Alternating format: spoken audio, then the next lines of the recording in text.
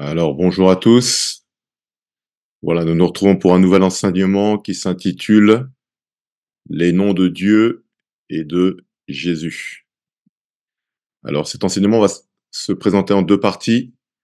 La première partie, donc, c'est connaître Dieu par ses noms. Et la seconde partie, voilà, je l'ai intitulé Jésus, l'empreinte du Père. Donc, Jean chapitre 15, verset 15 nous dit, je ne vous appelle plus serviteur parce que le serviteur ne sait pas ce que fait son maître, mais je vous ai appelé ami parce que je vous ai fait connaître tout ce que j'ai appris de mon Père. Et donc, on va voir que dans l'Ancien Testament, voilà, la plupart des noms avaient une signification, que Dieu a plusieurs noms dans l'Ancien Testament et que les noms sont une caractéristique, voilà, une composante de Dieu. Et lorsqu'on connaît les noms de Dieu, ça nous permet de le connaître davantage, en fait. Voilà.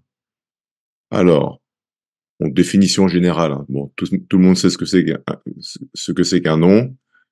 Voilà, je l'ai quand même mis comme ça. Voilà, mot qui sert à désigner un être, une chose ou un ensemble d'êtres, de choses.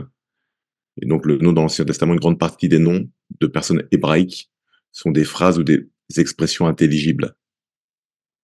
Donc, par exemple, Adam, qui vient du mot Adama, Adama qui veut dire terre, puisque l'homme a été formé de la poussière de la terre. Donc, Adam, ça veut dire la terre rouge. Voilà, donc on suppose que Adam était quelqu'un de typé, en fait, au niveau de sa couleur de peau. Jonathan, ça signifie Dieu a donné. Jérémie, Dieu élève.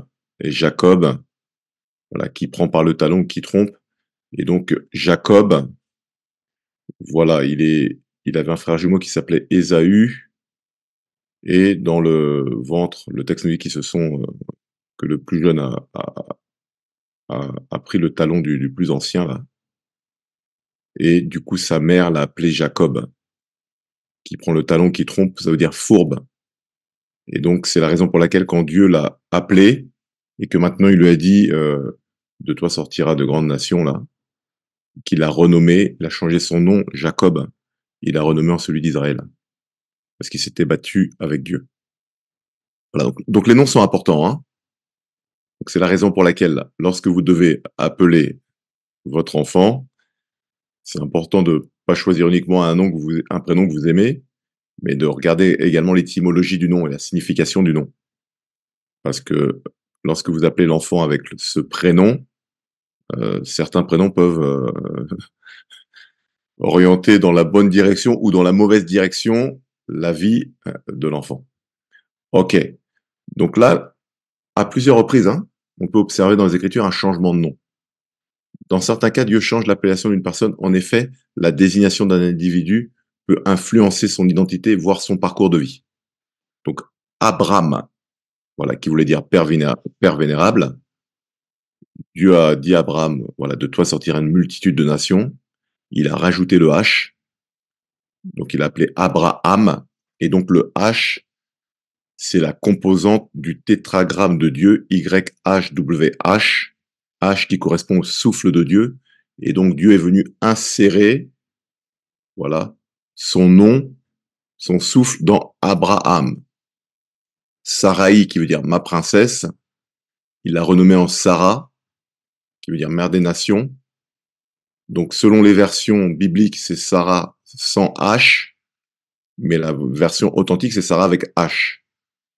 Ok? Donc Dieu a mis le H, le souffle, dans Abraham, et il a mis le H, le souffle, dans Sarah. Ok? Simon, qui veut dire Dieu a entendu, et Jésus a renommé Simon en Pierre. Il lui dit, tu t'appelleras plus Simon, mais tu t'appelleras Pierre. Car sur toi je bâtirai mon église, et les portes du séjour des morts ne prévendront point contre elle. Donc Pierre, c'est rocher. Dieu lui a dit, je vais t'appeler maintenant Pierre, car tu seras le rocher sur lequel je vais bâtir mon église. Emmanuel veut dire donc Dieu avec nous. Et Jésus, la signification du prénom Jésus a un sens, hein. C'est l'éternel des saluts. Voilà. Donc Ésaïe 7,14 nous dit, tout cela arriva afin que s'accomplisse ce que le Seigneur avait annoncé par le prophète. Voici la Vierge sera enceinte, elle enfantera un fils et on lui donnera le nom d'Emmanuel, ce qui signifie Dieu avec nous. Donc voilà, donc Emmanuel, c'est Dieu avec nous. Et donc, Dieu était en Jésus, réconciliant le monde avec lui-même. C'est ce qu'écrit Paul dans l'une de ses épîtres. Voilà. Alors, en première partie, on va voir comment connaître Dieu par ses noms. Donc le nom est vraiment important, hein. Donc dans Ésaïe chapitre 3 versets 11 à 15, je vais lire le texte. Dieu entend les cris là du peuple d'Israël qui est esclave en Égypte depuis 400, environ 400 ans. Voilà, 430 ans. Voilà. Et donc du coup, il apparaît à Moïse dans un buisson ardent et il lui dit, va vers le peuple en fait. Et donc comme ça fait plusieurs années maintenant que le peuple est esclave, il ne connaissait plus Dieu directement. Ils avaient entendu parler de lui de par leur père, mais ils le connaissaient plus parce qu'ils avaient adopté les dieux du peuple d'Égypte. Donc voilà, donc Exode chapitre 3 verset 11 à 15, Moïse dit à Dieu, qui suis-je pour aller vers Pharaon et pour faire sortir d'Égypte les enfants d'Israël? Dieu dit, je serai avec toi et ceci sera pour toi le signe que c'est moi qui t'envoie. Quand tu auras fait sortir d'Égypte le peuple, vous servirez Dieu sur cette montagne. Voilà. D'autres versions disent, vous adorerez Dieu sur cette montagne. Servir, c'est adorer, hein. Verset 13, Moïse dit à Dieu, j'irai donc vers les enfants d'Israël et je leur dirai, le Dieu de vos pères m'envoie vers vous. Mais s'ils me demandent quel est son nom, que leur répondrai-je? Dieu dit à Moïse, je suis celui qui suis. Et il ajouta, c'est ainsi que tu répondras aux enfants d'Israël. Celui qui s'appelle Je suis m'a envoyé vers vous. Dieu dit encore à Moïse, tu parleras ainsi aux enfants d'Israël. L'Éternel, le Dieu de vos pères, le Dieu d'Abraham, le Dieu d'Isaac et le Dieu de Jacob m'envoie vers vous. Voilà mon nom pour l'éternité. Voilà mon nom de génération en génération. Donc le nom de Dieu de génération en génération, c'est Je suis celui qui suis. Voilà, je suis. Alors, j'ai relevé là deux petites indications qui vont nous intéresser par rapport à cette appellation. Alors, dans Gill's Exposition, là, donc le commentaire concernant cette appellation est le suivant. Et Dieu dit à Moïse, je suis ce que je suis. Cela signifie l'être réel de Dieu, son auto-existence, et qu'il est l'être des êtres. Cela dénote aussi son éternité et son immutabilité, et sa constance et sa fidélité dans l'accomplissement de ses promesses. Car cela inclut tous les temps passés, présents et à venir. Et le sens est, non seulement je suis ce que je suis actuellement, mais je suis ce que j'ai été, et je suis ce que je serai, et je serai ce que je suis. Voilà. Donc Dieu est constant, fidèle, voilà, il ne change pas. Voilà, une autre explication. Je suis. Alors toute vie qui est vraiment la vie doit émaner de lui. Il est la vie. Il y a un autre point de vue que nous pouvons adopter sur ces deux grands mots. Je suis. Dieu ne dit pas ce qu'il est. Il nous laisse le soin de le faire. C'est à nous de remplir le vide. Je suis ce que vous faites de moi. Si vous ne me croyez pas, si vous avez peu d'estime pour moi, je suis un Dieu juste, un Dieu saint, un Dieu jaloux, un Dieu vengeur, un Dieu sévère, un Dieu punisseur. Je n'épargnerai en aucun cas les coupables. Je suis un feu dévorant. Si vous êtes un pécheur pénitent, si vous m'avez quitté et que vous revenez à moi, si vous regrettez ce que vous avez fait, si vous m'avez attristé et que vous souhaitez maintenant me plaire, je suis un Dieu qui pardonne, plein de miséricorde et de compassion, d'une grande pitié, passant outre la transgression et au péché plus que quiconque ne le demande. Je suis l'amour, si tu es vraiment mon enfant, pauvre, faible, indigne, pécheur, mais toujours mon enfant, s'efforçant de me plaire, désireux de me servir, désirant de plus en plus me voir et être avec moi, me désirant tout dans ton petit cœur, me faisant confiance, m'aimant, Je suis ton propre Père, fidèle et aimant. Je suis le tien et tu es le mien jusqu'à la fin. Je t'ai aimé et choisi de toute éternité. Je ne change jamais. Même si je me cache parfois derrière les nuages, je suis, je suis, je suis. Je suis à toi et tu es à moi pour les siècles des siècles. Voilà, donc le théologien Vaughan. Voilà, je trouve que ce commentaire, il est assez intéressant. Voilà. Et donc, Dieu a plusieurs noms, hein. Donc, James Montgomery, voilà, Boyce, a dit, les noms de Dieu sont des fenêtres à travers lesquelles on peut voir son caractère. Et le psaume 9, verset 10 dit, ceux qui connaissent ton nom se confient en toi, car tu n'abandonnes pas ceux qui te cherchent, ô Éternel. Voilà. Donc là, à l'écran, vous avez une série de noms qui sont des caractéristiques. Donc, ce qu'il faut savoir, c'est que Elohim, hein, c'est Dieu au pluriel, hein. Et donc, ça, on le voit notamment, le Dieu créateur. Au commencement, Dieu créa les cieux et la terre. C'est le mot Elohim, qui veut dire également être fort et puissant. Voilà. Dieu en singulier, c'est El. Donc, on voit El Shaddai, Dieu tout-puissant. El Elyon, Dieu très haut. El Olam, Dieu d'éternité. El Haï, Dieu vivant. Voilà. El Bethel, Dieu de l'habitation. El Ezer, Dieu à mon secours. El Kana, Dieu jaloux. El Hana, Dieu des ossements. Et donc à droite, voilà, El Eloé Israël, Dieu d'Israël. À droite, vous avez la colonne avec les, euh, les emplacements de ces appellations dans la Bible. Ok? Donc on voit que Dieu a plusieurs appellations dans la Bible. Et donc on a également donc Yahvé, voilà, Yahvé Jiré, l'Éternel qui pourvoit, Yahvé Rapha, l'Éternel qui guérit, Yahvé Nissi, l'Éternel ma bannière, Yahvé Ra, l'Éternel mon berger, Yahvé Shalom, l'Éternel paix, Yahvé Tzidkenu, l'Éternel notre justice, Yahvé Elohim, l'Éternel Dieu, Yahvé Shama, l'Éternel est là, voilà. Yahvé Adonai, le Seigneur Dieu règne.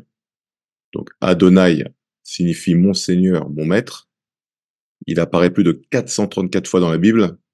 Et Shaddai ou El Shaddai, Dieu Tout-Puissant, il apparaît plus de 300 fois dans la Bible, hein. Voilà, vous avez également l'Éternel des armées. Vous avez le Dieu des esprits de toute chair. Voilà, vous avez plusieurs noms qui définissent Dieu. Alors, Dieu dit à Moïse qu'il le connaît par son nom, dans Exode, chapitre 33, versets 12 à 23. Là, on va voir quelque chose d'intéressant, là. Donc, l'Éternel parlait avec Moïse face à face, comme un homme parle à son ami. Puis Moïse retourna au camp, mais son jeune serviteur, Josué, fils de Nun, ne sortait pas du milieu de la tente. Moïse dit à l'Éternel, voici, tu me dis, fais monter ce peuple, et tu ne me fais pas connaître qui tu enverras avec moi. Cependant, tu as dit, je te connais par ton nom, et tu as trouvé grâce à mes yeux. Maintenant, si j'ai trouvé grâce à tes yeux, fais-moi connaître tes voies, alors je te connaîtrai, et je trouverai encore grâce à tes yeux. Considère que cette nation est ton peuple. L'Éternel répondit, je marcherai moi-même avec toi, et je te donnerai du repos. Moïse lui dit, si tu ne marches pas toi-même avec nous, ne nous fais point partir d'ici. Voilà. Comment sera-t-il donc certain que j'ai trouvé grâce à tes yeux? Moi et ton peuple, ne sera-ce pas quand tu marcheras avec nous?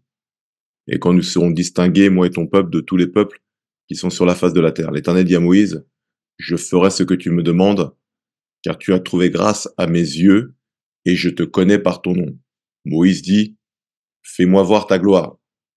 L'Éternel répondit, je ferai passer devant toi toute ma bonté, et je proclamerai devant toi le nom de l'Éternel. Je fais grâce à qui je fais grâce, et miséricorde à qui je fais miséricorde. L'Éternel dit, excusez-moi, tu ne pourras pas voir ma face, car l'homme ne peut me voir et vivre. L'Éternel dit, voici un lieu près de moi, tu te tiendras sur le rocher. Quand ma gloire passera, je te mettrai dans un creux du rocher, je te couvrirai de ma main jusqu'à ce que j'ai passé. jusqu'à ce que, jusqu'à ce que j'ai passé. Et lorsque je retournerai ma main, tu me verras par derrière, mais ma face ne pourra pas être vue. Alors, je retourne un peu en arrière, là. Donc, au verset 12, Dieu dit à Moïse, je te connais par mon nom et tu as trouvé grâce à mes yeux. Voilà. Ensuite, l'Éternel répondit, je marcherai moi-même avec toi et je te donnerai du repos. Alors, qu'est-ce qu'on peut voir là? On va faire une petite étude de texte là. Donc, pour remettre le contexte, hein, Moïse est parti 40 jours sur la montagne. Dieu lui donne les 10 commandements. Entre-temps, le peuple voit que Moïse est parti et il demande à Aaron de leur construire un veau d'or, en fait. Donc Aaron leur fait un veau d'or, ils sont en train d'adorer le veau d'or. Quand Moïse redescend, il les voit en train d'adorer le veau d'or. Il fait tomber les tablettes de colère, il les détruit. Voilà. Dieu se repent d'avoir libéré ce peuple et veut les détruire. Et maintenant, c'est Moïse qui va plaider avec Dieu pour leur dire, pour lui dire non. Que vont penser les autres nations si tu détruis ce peuple? Bref, Dieu les punit et il remonte de nouveau sur la montagne. Voilà. Il reprend les tablettes, il redescend. Et maintenant, il dit à Dieu, voilà, qui va nous accompagner? OK? Et donc, au verset 13, il dit, maintenant, si j'ai trouvé grâce à tes yeux, fais-moi connaître tes voies, alors je te connaîtrai et je trouverai encore grâce à tes yeux. Considère que cette nation est ton peuple. L'Éternel répondit, je marcherai moi-même avec toi. Et donc là, en fait, on voit que quand Dieu répond, il répond pas, euh, il répond pas, je marcherai moi-même avec vous. C'est-à-dire que comme Dieu est en colère contre le peuple, il dit pas je marcherai moi-même avec vous, il dit je marcherai moi-même avec toi. Donc je marcherai pas avec le peuple, mais je vais marcher avec toi Moïse. Mais comme je marche avec toi Moïse, par défaut, je vais marcher avec le peuple. Ma volonté, ce n'est pas de marcher avec le peuple, parce que ce peuple m'a trahi, avec les 10 plaies qui ont frappé l'Égypte, ils ont vu ma gloire, voilà. Mais je marcherai avec toi. Donc Moïse répond, si tu ne marches pas toi-même avec nous, ne nous fais point partir d'ici. Donc Moïse dit non, non, mais moi je parle pas de moi là, je parle de nous. Hein. Donc Moïse revient en nous. Si tu ne marches pas toi-même avec nous, ne nous fais pas partir d'ici. Comment sera-t-il donc certain que j'ai trouvé grâce à tes yeux, moi et ton peuple? Donc il réinclut le peuple volontairement.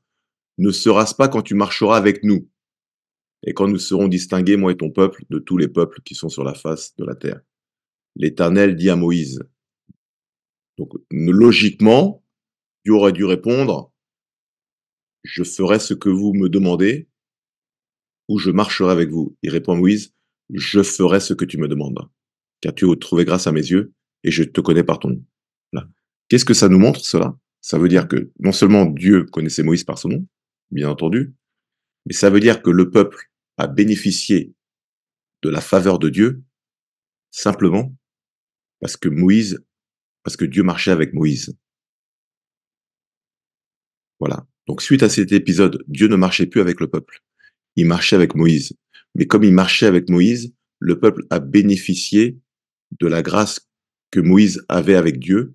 Ils ont été au bénéfice de cette grâce, mais c'était grâce à Moïse, en fait. Voilà. Ça nous enseigne que des fois, certaines familles peuvent être bénies parce que dans la famille, il y a quelqu'un qui marche avec Dieu. Et comme Dieu marche avec cette personne, la bénédiction coule dans toute la famille. Mais la bénédiction n'est pas sur la famille, elle est sur la personne et c'est la famille au bénéfice du fait que cette personne marche avec Dieu. Donc là, je vous donne le cas d'une famille, mais ça peut être pareil pour une entreprise, pour une église. Voilà. Ou des organisations, parce que Dieu va marcher avec une personne. Quand cette personne est là, l'organisation est bénie parce qu'il y a la personne, il y a la présence de la personne qui est là. Voilà. Et quand la personne part, Dieu part avec la personne. Voilà. Donc ça doit nous amener à réfléchir. Est-ce que Dieu marche avec moi? Il marche avec les personnes dont il connaît le nom. Voilà.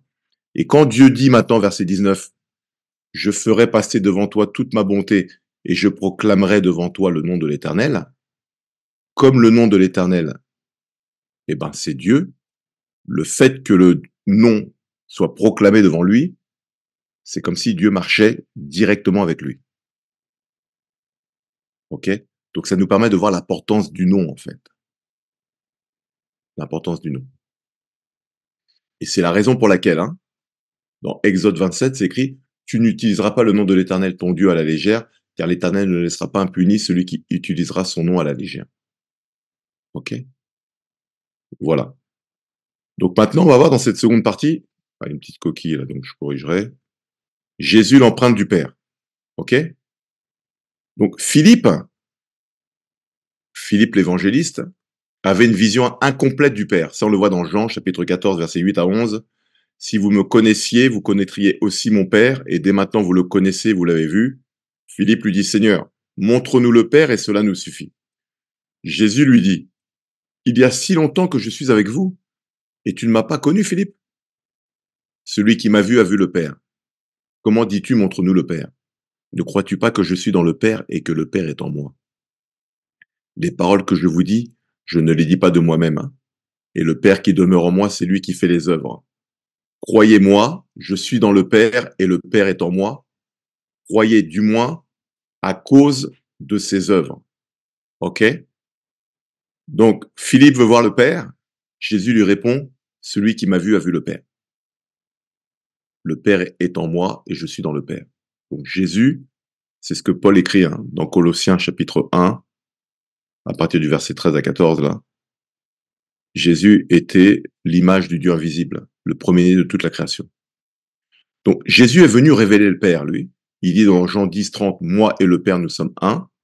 Et voilà, donc Colossiens 1, 15, il est l'image du Dieu invisible, le premier-né de toute la création. Donc, dans l'Ancien Testament, les hommes avaient une vision incomplète du Père. Voilà. Déjà, le peuple connaissait le Père uniquement à travers les prophètes. Voilà. Les sacrificateurs, les Lévites, leur vision était incomplète. Et donc, le Père a décidé de descendre sur la terre à travers son Fils.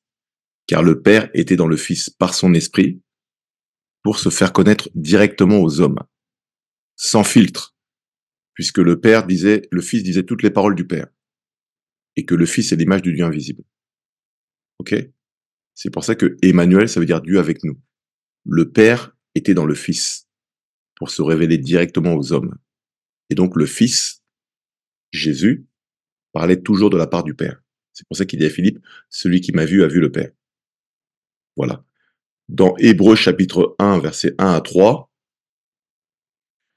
le texte dit, après avoir autrefois, à de nombreuses reprises et de bien des manières, parlé à nos ancêtres par les prophètes. Dieu, dans ces jours qui sont les derniers, nous a parlé par le Fils.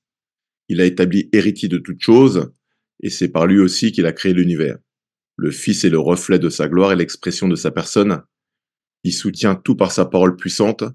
Après avoir accompli au travers de lui-même la purification de nos péchés, il s'est assis à la droite de la majesté divine dans les lieux très hauts. Voilà, donc verset 3. Le Fils est le reflet de sa gloire et l'expression de sa personne. Ok? Là, je suis en version français courant, je crois. Mais la version Louis II 1910, le Fils est l'empreinte de sa gloire. Ok? Voilà. Donc 2 Corinthiens 5, 19, car Dieu était en Christ réconciliant le monde avec lui-même, en imputant point aux hommes leurs offenses, et il a mis en nous la parole de la réconciliation. Donc c'est important de comprendre que Ésaïe 7, on l'a vu, la Vierge enfantera, elle aura un fils, il s'appellera Emmanuel, Dieu avec nous. Jésus est venu, il dit, le Père et moi nous sommes un, voilà. Le Fils ne fait rien de lui-même. Il ne fait que ce qu'il voit le Père faire, et des paroles que je vous dis, je ne les dis pas de moi-même, mais je dis ce que le Père me dit de faire. Et il dit à Philippe, celui qui m'a vu a vu le Père. Et Colossiens 1,15, Jésus est l'image du Dieu invisible. Et là, maintenant, 2 Corinthiens 5,19, car Dieu était en Christ. Voilà. Donc, le Père est venu se révéler au monde par le Fils. Et donc, le Père et le Fils ne font qu'un. Voilà. Donc, dans Jean chapitre 17, versets 6 à 8, Jésus a fait connaître le nom du Père. C'était sa mission, en fait. Dans l'Ancien Testament, les hommes avaient une vision imparfaite de Dieu. Dans le Nouveau Testament, le Fils est venu faire connaître le nom du Père. J'ai fait connaître ton nom aux hommes que tu m'as donné du milieu du monde. Ils étaient à toi et tu me les as donnés, et ils ont gardé ta parole. Maintenant, ils ont connu que tout ce que tu m'as donné vient de toi. Car je leur ai donné les paroles que tu m'as données, et ils les ont reçues, et ils ont vraiment connu que je suis sorti de toi, et ils ont cru que tu m'as envoyé. Voilà, verset 6, c'est « J'ai fait connaître ton nom aux hommes ». Voilà, pour connaître Dieu, il faut connaître son nom. Et quand on connaît son nom, on connaît Dieu. Les deux sont liés.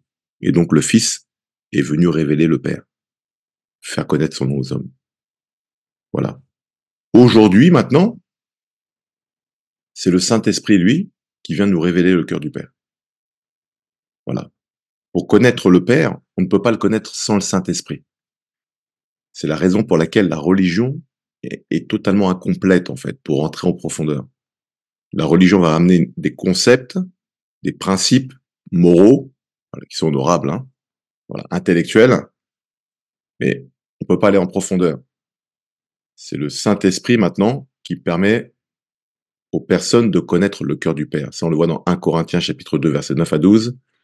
Mais comme il est écrit, ce sont des choses que l'œil n'a point vues, que l'oreille n'a point entendues, et qui ne sont point montées au cœur de l'homme, des choses que Dieu a préparées pour ceux qui l'aiment. Dieu nous les a révélées par l'Esprit, car l'Esprit sonde tout, même les profondeurs de Dieu. Lequel des hommes, en effet, connaît les choses de l'homme, si ce n'est l'Esprit de l'homme qui est en lui? De même, personne ne connaît les choses de Dieu si ce n'est l'Esprit de Dieu. Or, nous n'avons pas reçu l'Esprit du monde, mais l'Esprit qui vient de Dieu, afin que nous connaissions les choses que Dieu nous a données par sa grâce. 1 Corinthiens, chapitre 2, versets 9 à 12. Voilà. Donc là, dans ce petit schéma-là, voilà, que j'ai trouvé sur Internet, si vous voulez le récupérer, j'ai mis le lien en bas. On voit les différents noms concernant Jésus et puis concernant Dieu également. Donc voilà, Jésus, le Fils de Dieu, Dieu le Fils unique, Fils de David, le Fils de l'homme, Fils bien-aimé. Voilà, admirable conseiller, ça c'est dans Ésaïe. Notre grand berger, Jean 10, il est le berger. Notre Pâque, la parole, Jean chapitre 1, verset 1, au commencement était la parole était avec Dieu. Premier d'entre les morts. Voilà, il est la pierre principale, le prince de la paix, Rabbi. Voilà, il est les 7 je suis. Parce que le Père a dit à Moïse, je suis celui qui suis. Et donc Jésus, lui, il a repris à 7 reprises le mot je suis. Voilà. C'est la raison pour laquelle les Juifs l'ont combattu, parce qu'ils savent que je suis, c'était ce qui désignait Dieu, en fait. Donc, le pain de vie, je suis le pain de vie. Je suis le pain descendu du ciel. Je suis la lumière du monde. Je suis la porte. Voilà. Celui qui entre par moi, celui qui vient à moi, entrera, il sortira, il trouvera des pâturages. Je suis le bon berger. Le bon berger donne sa vie pour ses brebis. Jean 10. Je suis le Fils de Dieu. Je suis la résurrection, la vie. Celui qui croit en moi vivra. Je suis le chemin, la vérité et la vie. Nul ne vient au Père que par moi. Je suis le vrai cep. Jean 15. Je suis celui qui est, qui était et qui vient. Le premier et le dernier, l'alpha et l'oméga. Voilà. Donc là, on voit plusieurs noms qui définissent Jésus. Donc en conclusion, on a pu voir les noms de Dieu. Voilà. Que dans l'Ancien Testament, le Père a plusieurs noms. Mais l'appellation Père, c'est Jésus qui introduit cette appellation dans le Nouveau Testament. Donc dans l'Ancien Testament, à aucun moment on va voir Dieu être appelé Père. C'est Jésus le Fils qui vient et qui introduit ce nom, mon Père. Notre Père qui est aux cieux, que ton nom soit sanctifié, que ton règne vienne. Donc comme les noms ont une signification, on voit que les noms sont des indications du caractère du Père et également du caractère de Christ. Voilà. Le Père était connu de manière imparfaite dans l'Ancien Testament. Le Fils est venu le révéler. Et aujourd'hui, il dit que celui qui m'a vu a vu le Père. Il est le chemin, la vérité et la vie. Nul ne vient au Père que par lui. Donc, pour connaître Jésus, c'est le Saint-Esprit qui nous conduit vers Jésus. Car dans Jean 16, c'est écrit quand l'Esprit de vérité viendra, il vous conduira dans toute la vérité, car il ne parlera pas de lui-même, mais il vous dira ce qu'il a entendu et vous annoncera les choses à venir. Il me glorifiera, car il prendra de ce qui est à moi et vous l'annoncera. Donc, le Saint-Esprit glorifie Jésus en prenant de ce qui est à lui, en nous l'annonçant. Voilà, donc le Saint-Esprit nous rapproche de Jésus. Jésus, le chemin qui mène au Père, donc faut passer par Jésus. Et c'est en connaissant Jésus qu'on connaît le Père. Voilà. Et c'est quand on connaît le Père maintenant qu'on commence à rentrer pleinement dans la plénitude de la vie chrétienne et de la marche avec Christ. Voilà, c'est la fin de notre enseignement. Je vous dis à très bientôt.